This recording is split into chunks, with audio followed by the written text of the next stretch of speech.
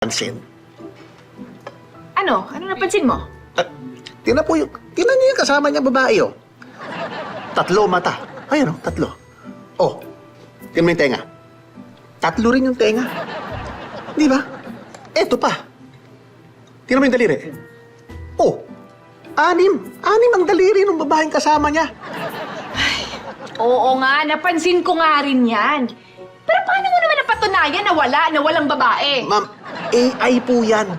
Hindi totoong babae yung kasama niya. AI po yan. Ha? Yes! Ma'am, ganito po kasi yan, ha? Ang AI po talaga, ganyan talaga yan, eh. Yung, kumbaga, hindi ba napa-perfect? May mga tao na gumagawa ng AI para maging kasama sa mga post-post, pero talagang never nila ma-perfect. Kita mo, oh, 3 ang mata.